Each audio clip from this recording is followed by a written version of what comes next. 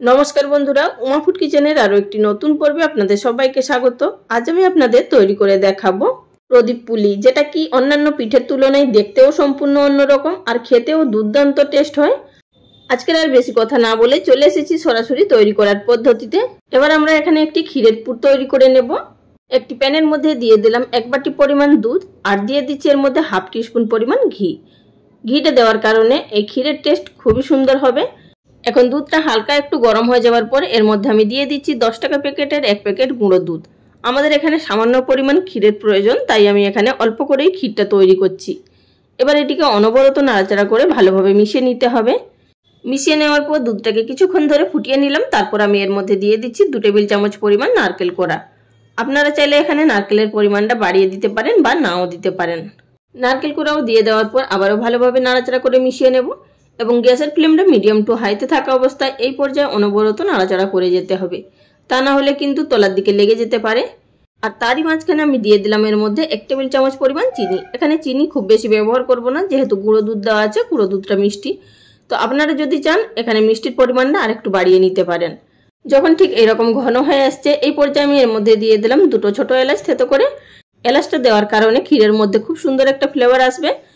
আর এই পর্যায়ে কিন্তু গ্যাসের ফ্লেমটা একদম লোতে করে দিতে হবে আর এইভাবে অনবরত নাড়াচাড়া করে যেতে হবে।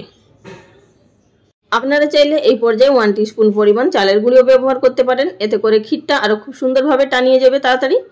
এবার দেখতেই পাচ্ছেন বন্ধুরা, অনবরত নাড়াচাড়া করে ঠিক আমি এইভাবেই নামিয়ে নেব। এবার এর থেকে আর বেশি শুকনো করব না। এবার আমরা পিঠে তৈরি করার জন্য একটি ডো তৈরি করে নেব। তার জন্য গ্যাস ওভেনে একটি কড়াই বসিয়ে দিয়ে দিলাম 1.5 কাপ পরিমাণ জল।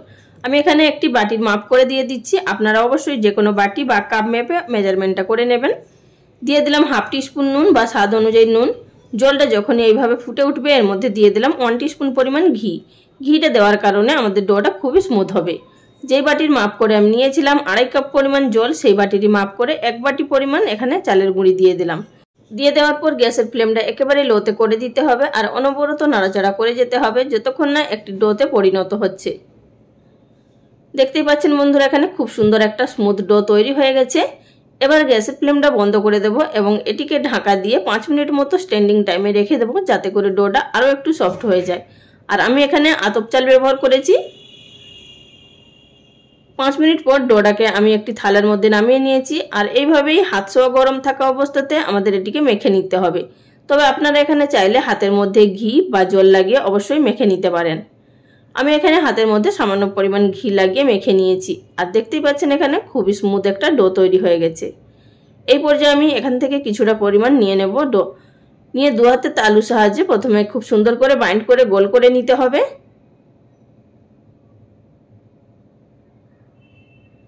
দেখতেই পাচ্ছেন আমি এখানে একটা ছোট্ট বল তৈরি করে নিলাম। এবার এটিকে আমাদের খুব সুন্দর একটা বাটি শেপ দিয়ে নিতে হবে। একটু খেয়াল করে দেখুন, তাহলে আপনারা বুঝতে পারবেন কত সুন্দরভাবে এখানে প্রদীপগুলো আমাদের তৈরি হয়ে যাবে। এইভাবে আঙুলের সাহায্যে চেপে চেপে একটি আমি এখানে বাটি শেপ দিয়ে নিলাম। এবার দুধারের মুখগুলোকে এইভাবে ধরে একটু জয়েন্ট করে দিলেই মানে খুব সুন্দর একটা প্রদীপের শেপ হয়ে যাচ্ছে। আর দেখতেই পেলেন কত সহজে আমাদের এখানে একটি প্রদীপ তৈরি হয়ে গেল। আরও একটি আমি আপনাদের দেখিয়ে দিচ্ছি, তাহলে আপনারা ভালোভাবে বুঝতে পারবেন। আর বন্ধুরা, এছাড়াও আমার চ্যানেলে প্রচুর নতুন নতুন পিঠের রেসিপি আপলোড করা আছে, আপনারা চাইলে দেখে নিতে পারেন। আশা করছি সেই সমস্ত ভিডিওগুলো আপনাদের ভালো লাগবে। দেখুন বন্ধুরা, আরও একটি আমাদের এখানে প্রদীপ তৈরি হয়ে গেল।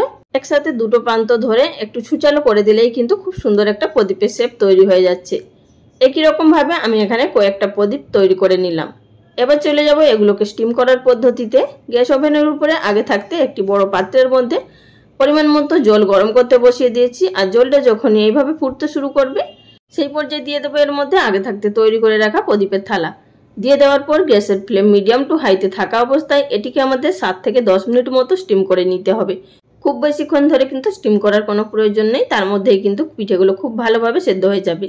আর বন্ধুরা, 10 মিনিট পর আমি ঢাকাটা খুলে আপনাদের দেখিয়েছিলাম, তবে কিন্তু সেই মুহূর্তে ক্যামেরাটা বন্ধ ছিল, তার জন্য খুবই দুঃখিত। আমি 10 মিনিট পর পিঠেগুলো তুলে নিয়েছিলাম। এবার আমি একটি প্লেটের মধ্যে সার্ভ করে নিচ্ছি। তবে একটু ঠান্ডা হয়ে যাওয়ার পর পিঠেগুলো সার্ভ করবেন, তাতে করে খুবই ভালো হবে। তবে কিন্তু এখানে আমাদের পিঠেগুলো সম্পূর্ণ তৈরি হয়নি। আমরা যে ক্ষীরের ডোটা তৈরি করে রেখেছিলাম, এবার সেটিকে হাত দিয়ে এইভাবে একটু মেখে নেব, যাতে করে উপরে যে শুকনো শুকনো হয়েছিল সেটিও ভালোভাবে মিশে যাবে। এখানে কিন্তু আমাদের এতটা ক্ষীরের প্রয়োজন নেই, অল্প একটু লাগবে। তো এইভাবে মেখে নেওয়ার পর এবার এখান থেকে আমি ছোট ছোট অংশ নিয়ে নেব, নিয়ে হাতে সলতের মতো বা পলতের মতো গড়ে নেব। দেখুন বন্ধুরা, এগুলো কিন্তু খুব সহজেই তৈরি হয়ে যাবে। এইভাবে দু হাতের তালু দিয়ে একটুখানি ঘষে দিলেই লম্বা মতো হয়ে যাবে, তারপরেই আমাদের সলতে বা পলতে তৈরি হয়ে যাবে। আর একটু পাতলা করে তৈরি করতে হবে, যাতে দেখেই মনে হবে এগুলো সলতে।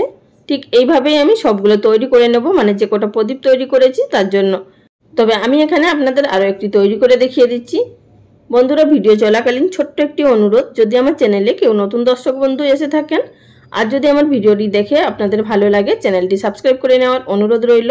পাশে থাকা বেল বাটনটি অবশ্যই প্রেস করে রাখবেন, এতে করে আমার পরবর্তী ভিডিওর নোটিফিকেশন সবার আগে পেয়ে যাবেন আর সেখান থেকে আপনারা অনায়াসে দেখে নিতে পারবেন। একই রকমভাবে সবগুলো সলতে তৈরি করে নিলাম। এবার যে প্রদীপগুলো স্টিম করে নেওয়া হয়েছিল তার মধ্যে এইভাবে সলতেগুলো দিয়ে সাজিয়ে নিতে হবে। বন্ধুরা, এই পিঠেটা দারুণ দারুণ খেতে হয়, আপনারা অবশ্যই একবার বানিয়ে খাবেন। আর বাড়ির বাচ্চারা যদি এই পিঠে একবার পায় তারা দেখেই খুবই খুশি হয়ে যাবে। আর যাকে বানিয়েও খাওয়াবেন, এই পিঠেটা একদম প্রদীপের মতো দেখতে, তারাও দেখে প্রথমে তো খুশি হয়েই যাবে, খেয়ে তো আরোই খুশি হবে, যেহেতু এর মধ্যে ক্ষীরের পুর আর নলেন গুড় একদম জমে যাবে। আমি এখানে তেল হিসাবে ব্যবহার করছি নলেন গুড়, তবে নলেন গুড়ের কালারটা একটু ডার্ক সর্ষের তেলের তুলনায়, তাতে অসুবিধা কিছু নেই, কিন্তু অনেকটাই দেখতে মনে হচ্ছে সর্ষের তেলের মতো। তাহলে বন্ধুরা, আপনারা দেখলেন তো, দেখেই মনে হচ্ছে একদম পুরো প্রদীপের মতো। যখনই গুড়টা দিয়ে দেওয়া হচ্ছে প্রদীপের ভেতরে, যেন মনে হচ্ছে প্রদীপের ভেতরে তেল দেওয়া আছে এবং সলতেও দেওয়া আছে।